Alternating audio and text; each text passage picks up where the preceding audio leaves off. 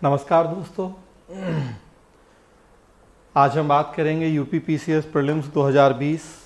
बात क्या करेंगे, बस आपको ऑल द बेस्ट कहना है और 4-6 बातें याद करवाना है जिनको आप ध्यान रखें। परसों मतलब 11 अक्टूबर को जो प्रीलिम्स देने जा रहे हैं आप लोग। हालांकि लगभग बातें मैंने आपसे पिछले हफ्ते यूपीएससी के एग्ज़ाम के पहले भी की थी,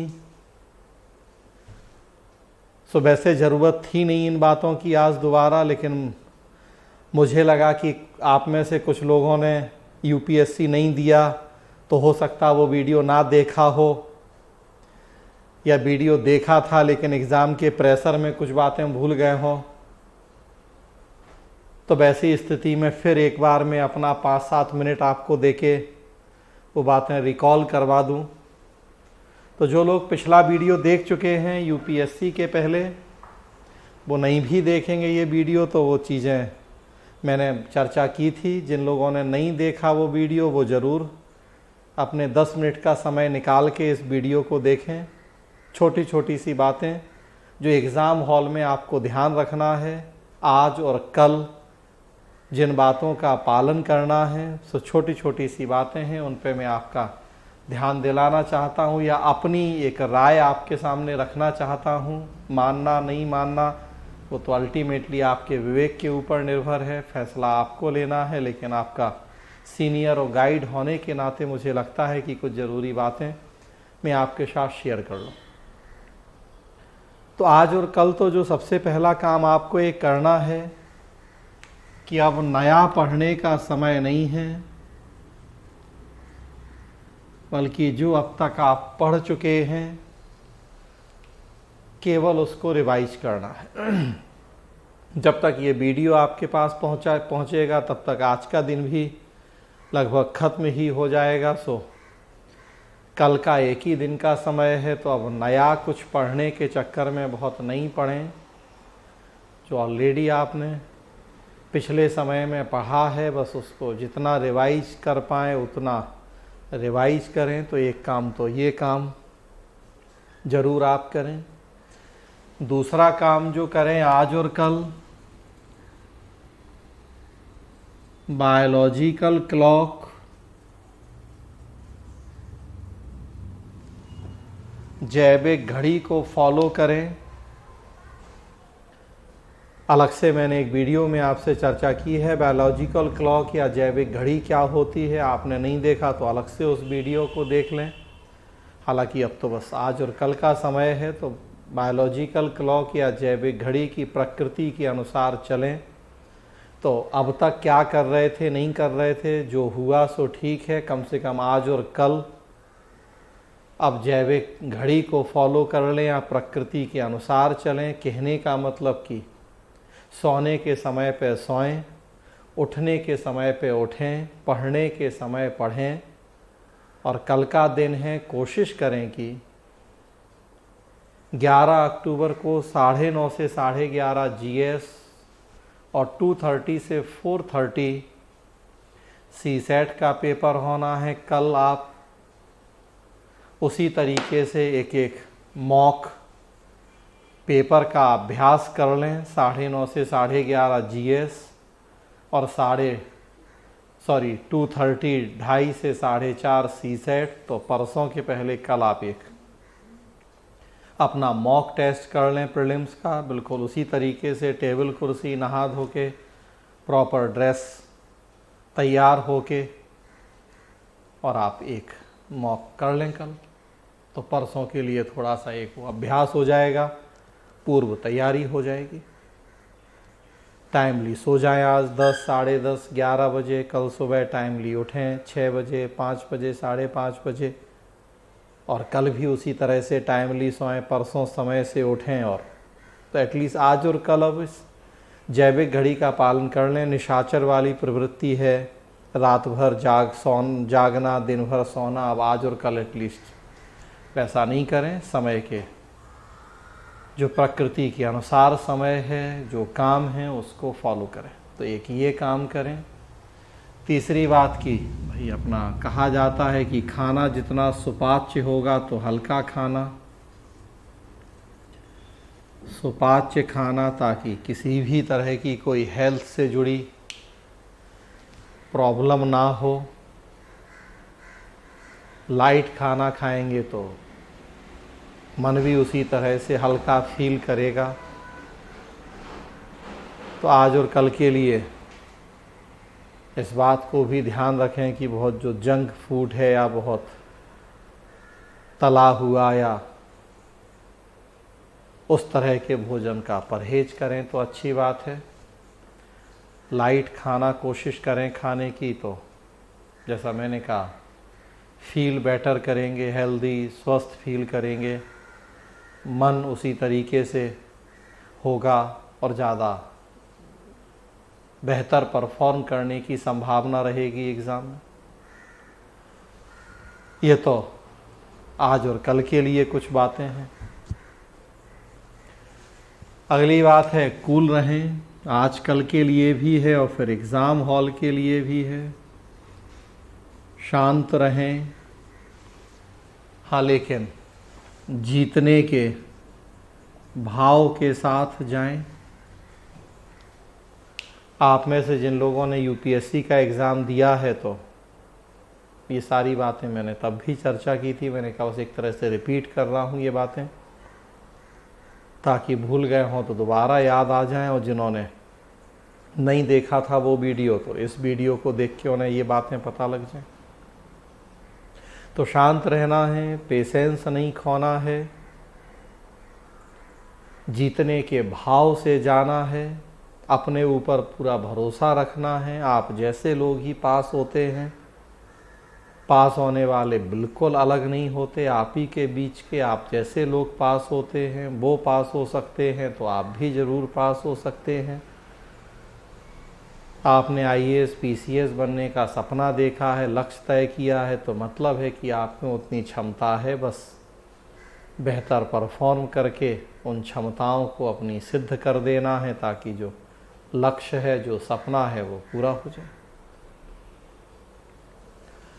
हिम्मत कभी भी नहीं हारना है, गिव अप वाली अप्रोच या रणनीति बिल्कुल नहीं होनी चाहिए। लास्ट मोमेंट तक हिम्मत नहीं हारना है। हो सकता है एग्ज़ाम हॉल में जब पेपर आपके हाथ में आए, शुरू के प्रश्न आप देखें, ऐसे प्रश्न हों जिनके आंसर आपको पता ना हो। आप सोशल साइंस बैकग्राउंड के रहे हैं और हो सकता है कि शुरुआत में आपको फिजिक्स, केमिस्ट्री, बायोलॉजी के प्रश्न आ जाएं, आप बहुत कंफर्टेबल नहीं हैं उन सेक्शंस में, तो शुरुआती पहला, दूसरा, चौथा 4-6 क्वेश्चन पढ़ें और जवाब नहीं आए, दिमाग में फिल इन द ब्लैंक्स वाली स्थिति हो जाए, तो दिमाग काम नहीं करे तो टेंशन हो जाए। कूल रहे, लेकिन हो सकता है वो शुरू के 5-10 प्रश्न नहीं बन रहे, लेकिन इसका ये कतई मतलब नहीं है कि पूरे 100 प्रश्न ऐसे ही होंगे और आप पे कुछ नहीं बनेगा। ये तय है कि अगर साइंस के 10-12 प्रश्न हैं तो हिस्ट्री के भी ज़रूर होंगे, ज्योग्राफी के भी ज़रूर होंगे, पॉलिटी के भी ज़रूर होंगे। सीरीज के अकॉर्डिंग क्रम उनका आगे पीछे हो सकता है। तो अगर पहला, दूसरा, तीसरा प्रश्न देख के लग रहा है कि नहीं कर पा रहे, कोई बात नहीं, 10 प्रश्न छोड़ के 11 नंबर को देखना शुरू कर दें, 11, 12, 13। वहाँ भी कुछ लग रहा है कि नहीं, तो आगे बढ़ जाएं, 21, 22, 23 को देखना शुरू कर दें। जो आपका प्रिय सब्जेक्ट आएगा पहले उसको कर लें, थोड़ा कॉन्फिडेंस भी आ जाएगा। वहाँ प्रिय सब्जेक्ट है, सही भी कर लेंगे, जल्दी कर लेंगे तो टाइम भी मैनेज हो जाएगा। जो नहीं आता है, कमज़ोर सेक्शन है, उसे बात के लिए छोड़ दें। तो गिव अप नहीं करें। शुरू के कुछ क्वेश्चन अगर नहीं बन रहा या बीच में, तो हिम्मत नहीं हारें। 2 घंटा बेस्ट करना है अपना, 2 घंटे 120 मिनट, तो लास्ट के 120वें मिनट तक कभी भी ना गिव अप करना है, ना हिम्मत हारना है। आपको अगर साइंस कमज़ोर है तो कोई दूसरा है जिसे हिस्ट्री कमज़ोर है, कोई और है जिसे इकोनॉमी समझ में नहीं आती। तो सबका कुछ ना कुछ स्ट्रेंथ, सबकी कुछ ना कुछ वीक सेक्शन होता है, तो आप ये हो सकता है कि भाई आपके लिए वीक सेक्शन वाले क्वेश्चन पहले दिख गए हैं, जो स्ट्रेंथ है वो बाद में होंगे तो जरूर स्पीड मेंटेन करें। इस पर काफ़ी काम करने की, मतलब ध्यान देने की ज़रूरत है एग्ज़ाम हॉल में कि स्पीड मेंटेन करें। उसके लिए भी ज़रूरी है कि ऐसे सेक्शन जो आपके मजबूत पक्ष हैं, जिन पे आपको ज़्यादा कॉन्फिडेंस है, उनको पहले कर लें, जल्दी हो जाएगा, समय रहेगा। तो जिनको नहीं आते हैं क्वेश्चन उनको बाद में करें। घड़ी सामने रखते ही हैं आप तो घड़ी रखें और बिल्कुल उसमें ध्यान देखते रहें कि 120 मिनट है, 100 मिनट में आप 100 प्रश्न करने हैं। ऑन एन एवरेज 1 मिनट होता है एक प्रश्न के लिए। शुरू वाले 30-40 प्रश्न जिनको आपको अच्छे से आता है वो आप टाइमली कर लेंगे शुरू के 25-30 मिनट में, तो बात के लिए पर्याप्त समय भी होगा आपके पास और कॉन्फिडेंस भी बना रहेगा। तो स्पीड पे हमेशा पूरे 2 घंटे ध्यान रखें आप। और देखें तो हिंदी और इंग्लिश कोशिश करें कि दोनों वर्जन पढ़ लें। हिंदी मीडियम है आपका तो हिंदी तो पढ़ेंगे ही। कोशिश करें कि जहां डाउट लग रहा है, कुछ भी कोई ऐसा टर्म आ गया है, टेक्निकल वर्ड है, तो इंग्लिश भी तेज़ी से एक बार ज़रूर पढ़ लें। ट्रांसलेशन आप देखते हैं, जानते हैं कि कई बार बड़ी गंभीर समस्या होती है इन एग्ज़ाम्स में, तो हिंदी के साथ साथ कोशिश करें कि तेज़ी से एक बार इंग्लिश भी पढ़ पाएँ तो पढ़ें। स्पेशली जब कोई टेक्निकल टर्मोलॉजी आ रही है, कोई ऐसे शब्द आ रहे हैं जहां आपको किसी भी तरह का कोई डाउट हो रहा है, तुरंत आप उसका इंग्लिश वर्जन देख लें। एक ये काम भी करें। और एक काम जो आपको एग्ज़ाम हॉल में करना चाहिए कि प्रश्न को ध्यान से पढ़ें। जिसे कहा जाता है कॉशियस रीडिंग, या प्रश्न को ध्यान से पढ़ें। कई बार जल्दीबाजी में हम ऐसे प्रश्न भी गलत कर जाते हैं जिनका आंसर पता था, गलत नहीं होना चाहिए था, लेकिन जल्दीबाजी की वजह से हो जाता है। तो प्रश्न को ध्यान से पढ़ने की ज़रूरत है। कई बार प्रश्न में लिखा होता है कि उपरोक्त कथनों में से कौन सा कथन सत्य है, और कई बार ऐसा भी लिखा होता है कि उपरोक्त कथन में से कौन सा कथन सत्य नहीं है। अब पहले से दिमाग में बैठा है कि अरे प्रश्न तो सत्य है, ये पूछा जाता है, जल्दीबाजी में आपने नहीं दिया कि लेकिन इस प्रश्न में तो लिखा है कि कौन सा सत्य नहीं है। घर आके जब दोबारा देखा तब अपना माथा पीटते हैं कि अरे ये तो ह्यूमन एरर, कैसे जल्दीबाजी में गलती कर दी। इस तरह की मिस्टेक्स के लिए कोई गुंजाइश नहीं है एग्ज़ाम में। आता हुआ एक प्रश्न गलत कर देंगे तो 2 नंबर तो वो चले गए, जो आता हुआ था 2 नंबर मिलते सही करते तो। और इसको चूँकि गलत कराया आप तो 0.67% और चला गया आपका नेगेटिव मार्किंग की वजह से।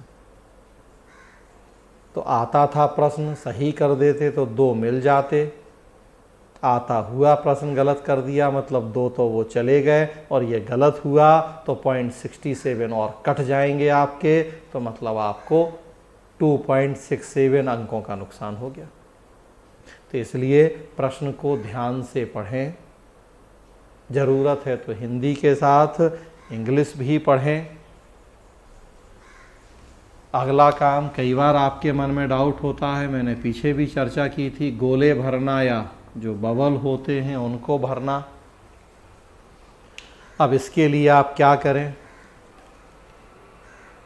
एक साथ टिक करें, एक एक करके टिक करते जाएं, तो ये आपकी अपनी इच्छा है, आपको जैसा अभ्यास है।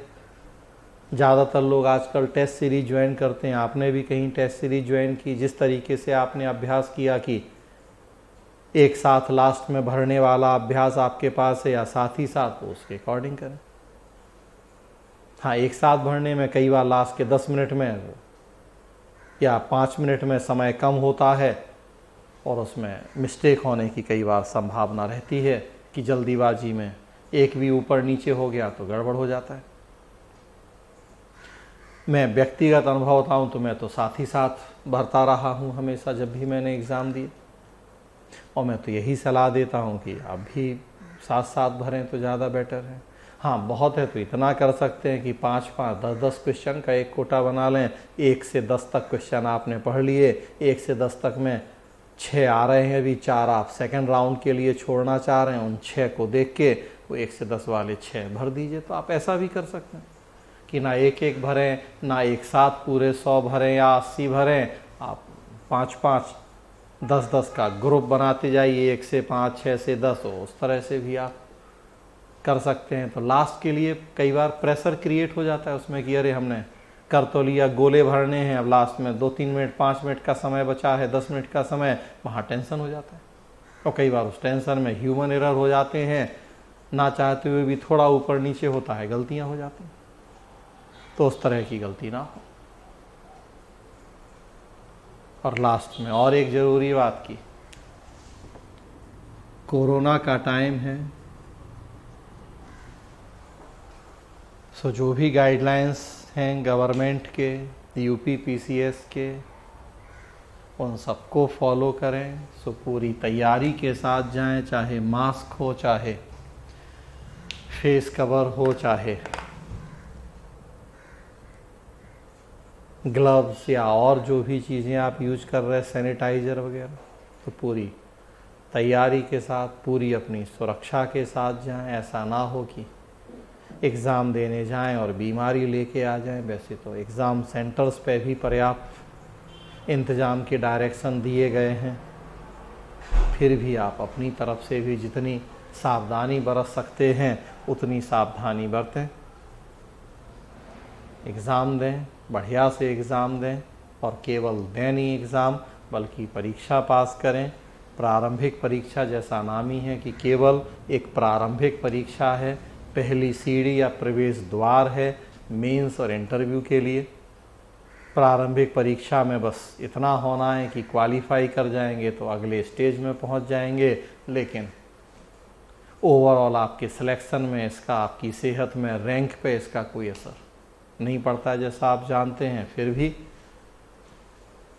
अपना बेस्ट परफॉर्म करें ताकि जो आपका सपना है, जो लक्ष्य है, उसे आप पूरा कर पाएँ। तो दोस्तों जाएं, बढ़िया से एग्ज़ाम दें। सबको ऑल द बेस्ट। धन्यवाद।